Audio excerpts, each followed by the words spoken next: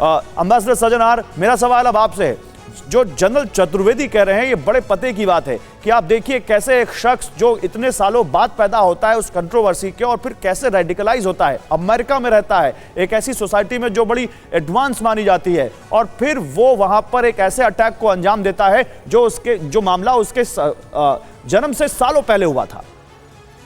जी आप बिल्कुल ठीक कह रहे हैं गौरव, आपने दो बहुत ही महत्वपूर्ण इसमें प्रश्न उठाए हैं। एक तो ये 24 साल का है लड़का और ये 33 साल पहले इसके ऊपर जो फतवा दिया गया था सलमान रुश्दी के ऊपर, आयतुल्लाह इमाम खुमैनी ने वो दिया था 33 साल पहले, मतलब उसके जन्म के करीब 9 साल पहले ये फतवा दिया गया था। परंतु ये समझना है जो ये इस्लामिक फंडामेंटलिज्म और रेडिकलिज्म का जो विष है वो एकदम कैसे अगर सोसाइटी में चला जाता है तो फिर वो सालों साल तक वहां पर रहता है, और इसको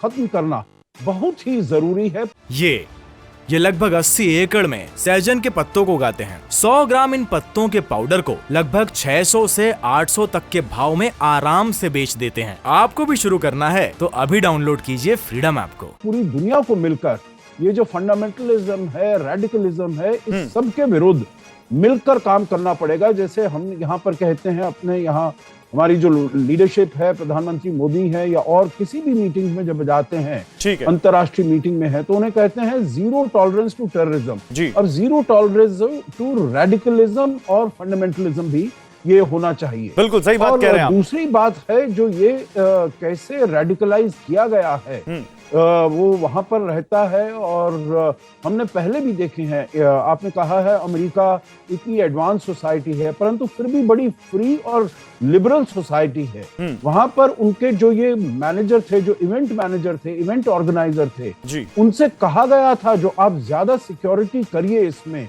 कम से कम आप जो लोग आ रहे हैं उनके बैग्स चेक करिए, उनको जो बॉडी थोड़ा बहुत सर्च होता है उसके साथ उसको आप करिए, जिससे कि कोई लोग ऐसे लेकर नहीं आ रहे हैं।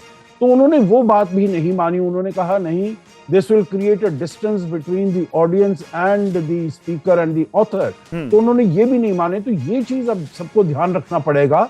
और आखिरी बात मैं ये भी कहूंगा, जो सलमान रुश्दी ने स्वयं ये अभी रिपोर्ट किया गया था बहुत साल पहले, करीब 2000 में, उन्होंने कहा था जो बहुत ही इंट्रूसिव सिक्योरिटी हो रही है मेरे ऊपर और मुझे नहीं चाहिए। मतलब उनकी जो नॉर्मल, मतलब आप ये कह रहे हैं कि बहुत सारी चीजें हैं जिनको देखना होगा कि क्या फिर से हमें एक बार फिर से प्रोएक्टिव होना पड़ेगा ऐसे वल्नरेबल फेसेस की प्रोटेक्शन के लिए, और क्या इतनी ओपन सोसाइटी में भी इस बात का ख्याल रखना पड़ेगा कि इस तरह के एलिमेंट अब वहां भी पहुंच सकते हैं, चाहे पेरिस हो और चाहे न्यूयॉर्क हो। बड़ी बात कह रहे हैं आप। देखिए इस बीच एक और बड़ी खबर, रुश्दी के खिलाफ 33 साल पहले यह फतवा जारी किया गया था जिसका हम जिक्र कर रहे हैं। ईरानी लीडर आयतुल्लाह खामनेई ने यह फतवा जारी किया था। रुश्दी की किताब द सैटेनिक वर्सेस को लेकर यह विवाद हुआ था। 1988 में द सैटेनिक वर्सेस को ईरान में बैन कर दिया गया था। 1989 यानी 1989 में फतवा जारी कर मौत की सजा सुनाई गई थी। 33 साल बाद भी कट्टरपंथियों को फतवे ने हमले के लिए प्रेरित किया। खामनेई के पुराने बयान से ईरान का दावा, फतवा उस गोली की तरह जो टारगेट हिट किए बिना नहीं रुकता। तो आखिर ईरान कहना क्या चाह रहा है? ईरान ने इसी फतवे के बारे में कहा था कि ठीक है, अब वो सलमान रुश्दी की जान के नहीं चाहते, उनकी मौत नहीं चाहते। 10 साल बाद उन्होंने इस फतवे को बात कहा था, लेकिन उन्होंने कहा था कि फतवा जिसने जारी किया है फतवा वही वापस ले सकता है। न्यूयॉर्क में लेखक सलमान रुश्दी से पहले भी कई लोगों पर हमला हो चुका है। कौन कौन लोग हैं या कहां हमला हुआ ये देखिए। पैगंबर मोहम्मद का कार्टून छापने की वजह से फ्रांस की पत्रिका शार्ली हेब्दो पर एक आतंकी हमला हुआ, और इस ये बहुत बड़ा आतंकी हमला था जिसमें editor, 4 cartoonist, 2 columnist, 1 copy editor, 1 care taker, editor के बॉडीगार्ड और 1 पुलिस अधिकारी और 1 गेस्ट को मार दिया गया था। यह बहुत बड़ा हमला था जिसने पूरी दुनिया को हिला दिया था। इतना ही नहीं, बांग्लादेश की लेखिका तस्लीमा नसरीन कट्टरपंथ के खिलाफ लिखने की वजह से हमेशा निशाने पर रहती हैं, और तस्लीमा नसरीन ने भी इस हमले को लेकर कहा है कि यह बहुत बड़ा हमला है और बड़ी निंदा की उन्होंने इसकी। इतिहास के टीचर सैमुअल पैटी ने क्लासरूम में पैगंबर से जुड़ी कोई फोटो दिखाई तो हमलावर ने उनका गला रेतकर हत्या कर दी, और हमलावर उनका स्टूडेंट ही था। मलाला यूसुफजई, अब इनके बारे में सुनिए। पाकिस्तान के स्वात की रहने वाली मलाला ने लड़कियों की शिक्षा की वकालत की तो तालिबान ने उनके सिर में गोली मार दी। मलाला यूसुफजई अब पाकिस्तान से बाहर रहने को मजबूर हैं। सवाल है कि आखिर यहां पर किसी की बातों का जवाब हिंसा कैसे हो सकती है? जनरल कटोच, क्या यह माने कि रेडिकलाइजेशन अब कहीं भी हो सकता है और किसी भी जगह हो सकता है, चाहे वो अमेरिका जैसी सोसाइटी हो और चाहे वो सीरिया और लीबिया जैसे देश हो। और इसलिए अब क्या एक जो बात आती है कि सेंसर कंटेंट किया जाए, नजर रखी जाए, क्या वाकई अब देश की सरकारों को, एजेंसीज को उस पर नजर रखने की जरूरत है? शुक्रिया गौरव।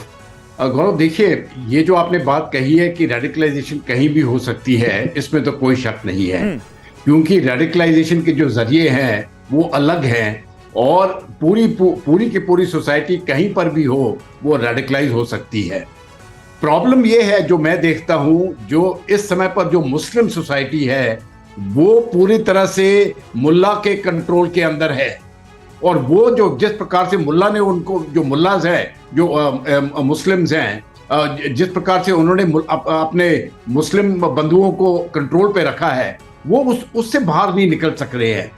अल्टीमेटली मुझे लगता है मुस्लिम सोसाइटी को अपनी आवाज उठाना पड़ेगी, नहीं तो पूरी दुनिया से वो अलग हो जाएंगे। ये प्रॉब्लम मुस्लिम्स के बीच में है, ये मुस्लिम्स और बाकी सोसाइटी के बीच में नहीं है। मैं समझता हूँ ये मुस्लिम सोसाइटी के अंदर का ही प्रॉब्लम है, जिससे कि जो उनके मुल्लाज हैं वो उनको कंट्रोल कर रहे हैं। ये अभी आप बताइए कि अगर एक मामला हो सकता है 30 साल पहले किया है। आपके व्यूज का सम्मान करते हुए, रेडिकलाइजेशन एक इस्लामिक रेडिकलाइजेशन भी हो सकता है और गैर इस्लामिक रेडिकलाइजेशन भी हो सकता है। हमने इसके भी कुछ देखें।